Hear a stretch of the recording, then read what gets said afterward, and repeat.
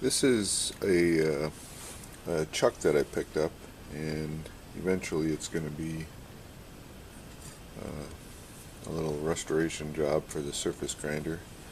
This has got the fine poles. The one I've got on the surface grinder right now has the large poles, so I'm really happy about this one here. It's got a good magnet. But the other use I found for it was it's really nice to hold the gib while I'm scraping. So, I can have it in that position, and it's nice because the magnet releases nicely. And I can just move it down here and throw the magnet on and scrape away. So like I said, eventually I'm going to do a restoration on this and clean it all up and get it on the surface grinder, and start using that as my everyday, well, not every day, I don't grind stuff every day, but that will stay on the surface grinder, and I'll use the other one for whatever. Just working on the gib here, and I've got the sliding side, or the gib side of the way, blued up. The gib has been on and off the surface plate 3 or 4 times now, and again the back side here is pretty good. It's about 4 or 5, maybe pushing towards 10 high spots per square inch, so that's plenty flat enough. And now what I'm going to do is just try and blue this up here just to see how the contact is.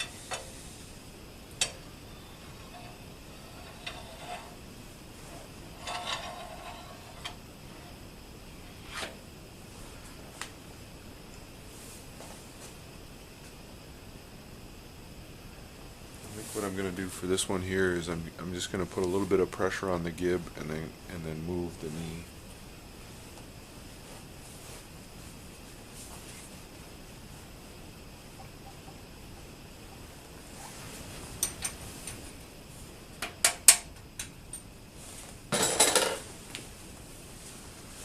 And we'll see what that looks like.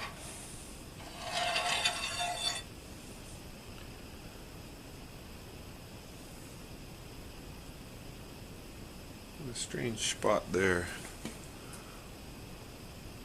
I'm not sure what that's all about. I'm going to clean it off and try it another.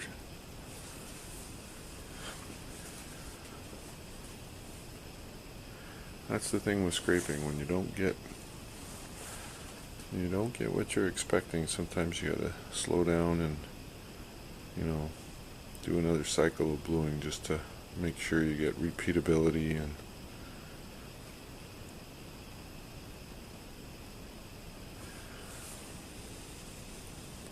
as far as the length, I've got good contact along the length, but it just seems to be in a line right now, so I gotta make sure.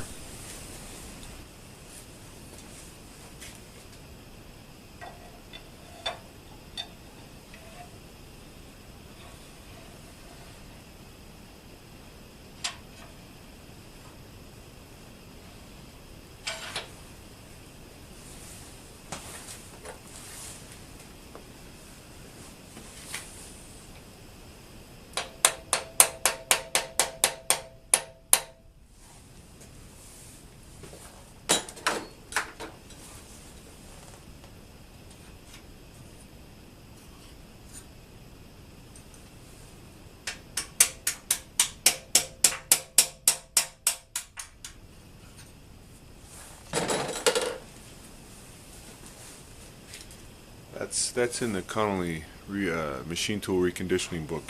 That's their procedure, is to tap them in.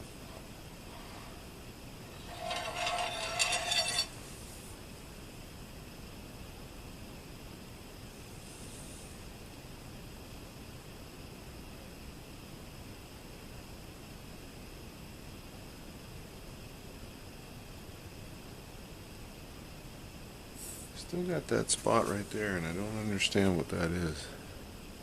It's It's almost like the bluing is puddling.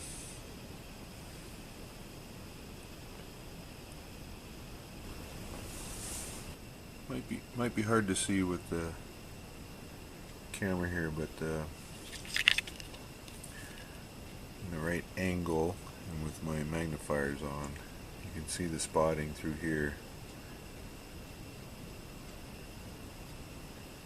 So I'm going to scrape that a few cycles and see what see if we can get that pattern to spread out a bit.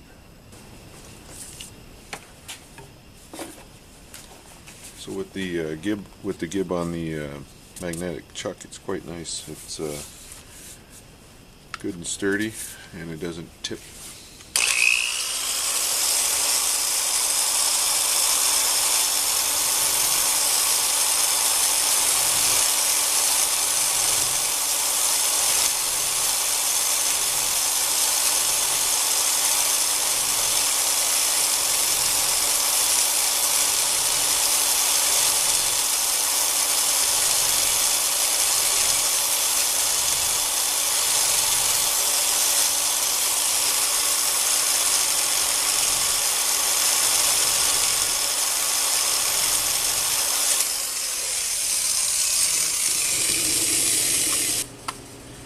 I hope this shows up. This is the back side of the gib. I've just been trying to take a little bit off just to allow the gib to slide into the way a little more. And you can see the spotting on the back side of the gib is looking really good right now. This is way more bearing quality than what is required for its connection. I think the book would call out only 4 or 5 spots per square inch, but I'm just working this down and breaking up the, like you can see in here, this here I would try and break that down. If I was going for bearing quality on this side, I would try and break that up.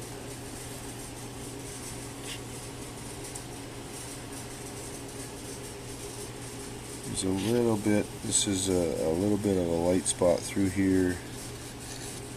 There's no spotting in here, so I'm going to try and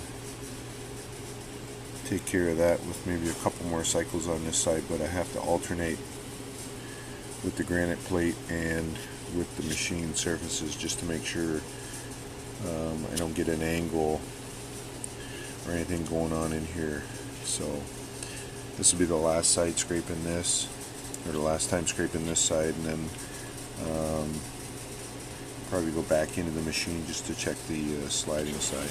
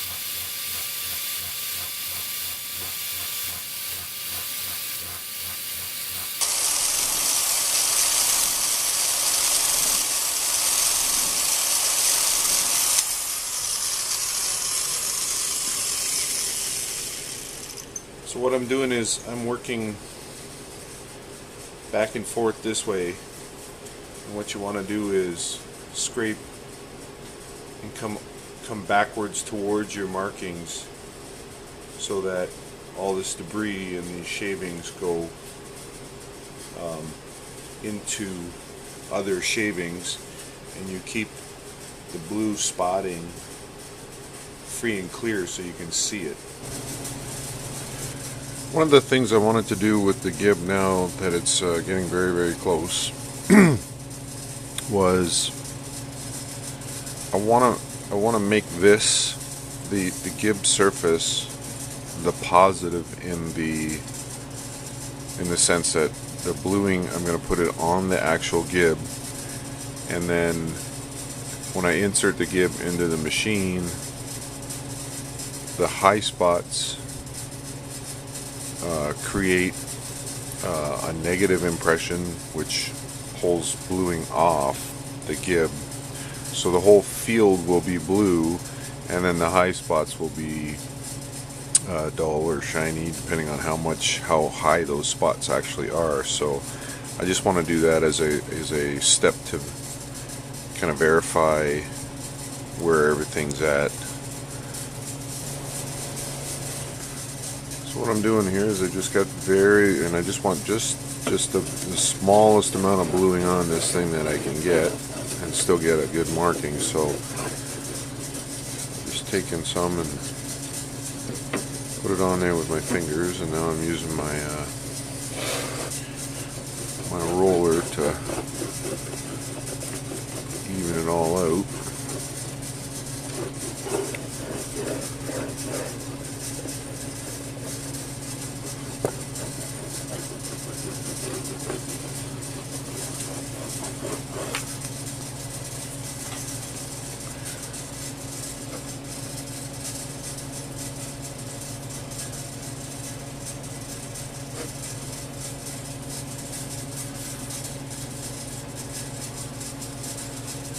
Trying to get a consistent thickness across the whole gib.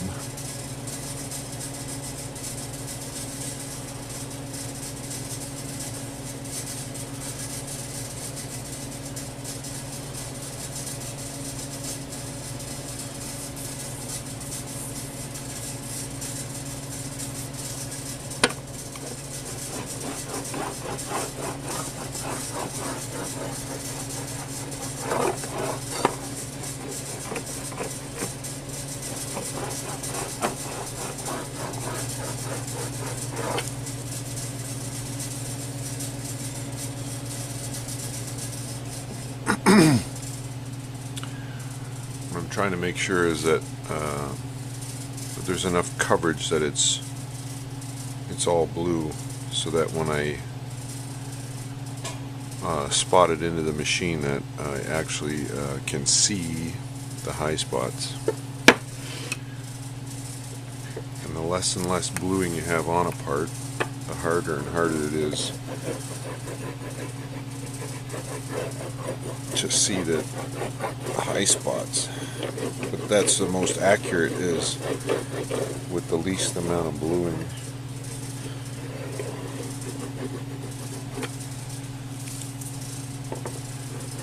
So I guess in essence it's the least amount of bluing and still being able to see the markings. That looks pretty good.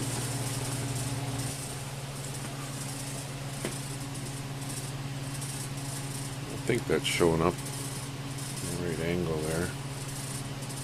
So it's almost opaque like the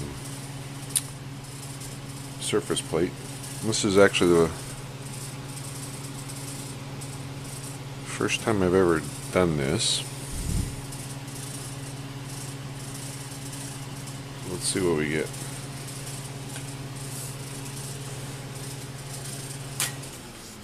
You got to make sure the back of the gib is nice and clean. Any kind of debris will change the markings.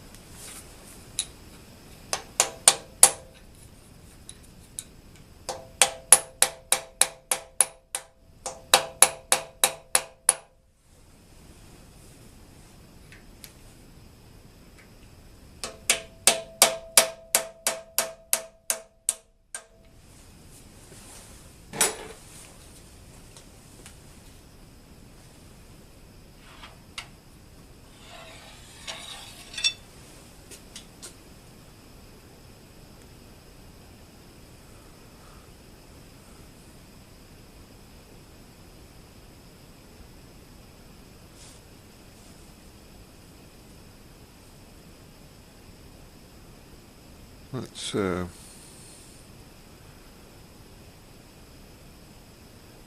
I can see the spotting.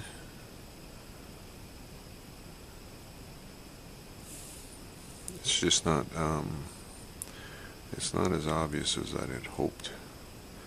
What I'm going to try now is I'm going to tap this back in and just kind of move the knee a bit.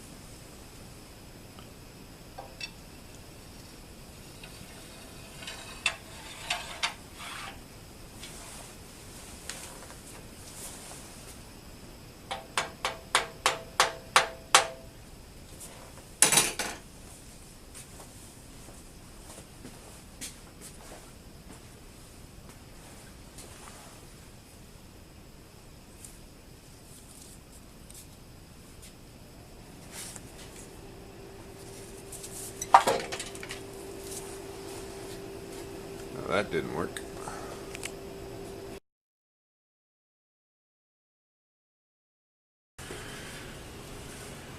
I went back to the normal way of spotting this gib.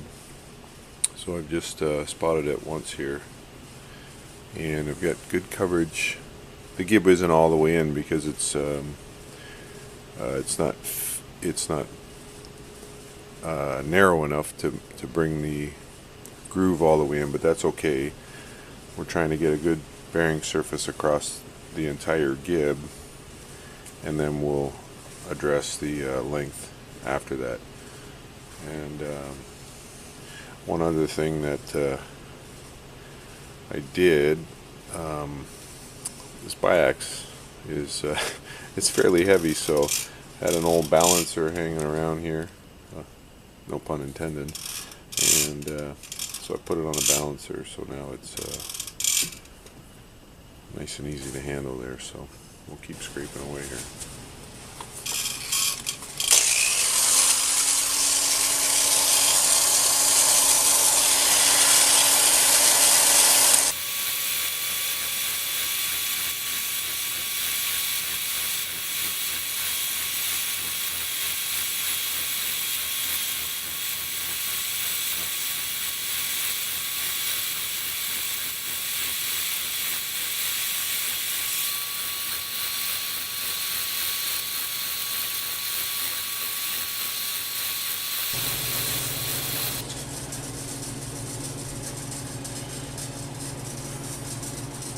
Probably going to be very hard to see in the camera, but finally arrived at good bearing quality. I've done about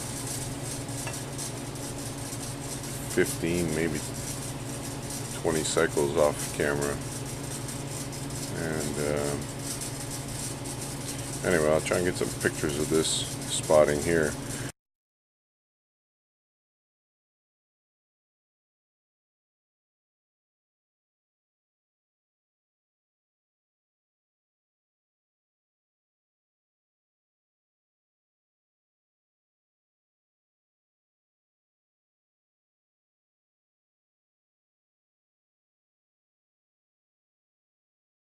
One thing that did happen was I was using the factory-made groove they put in there, as you know, I was tapping in the gib, which is what the book calls out for, to get a good tight fit. And then I was using the back edge of that notch and blew that off. So luckily I've got about 2.5 inches here that's extra, so this will end up being cut off and a new groove put in anyways, so got lucky there.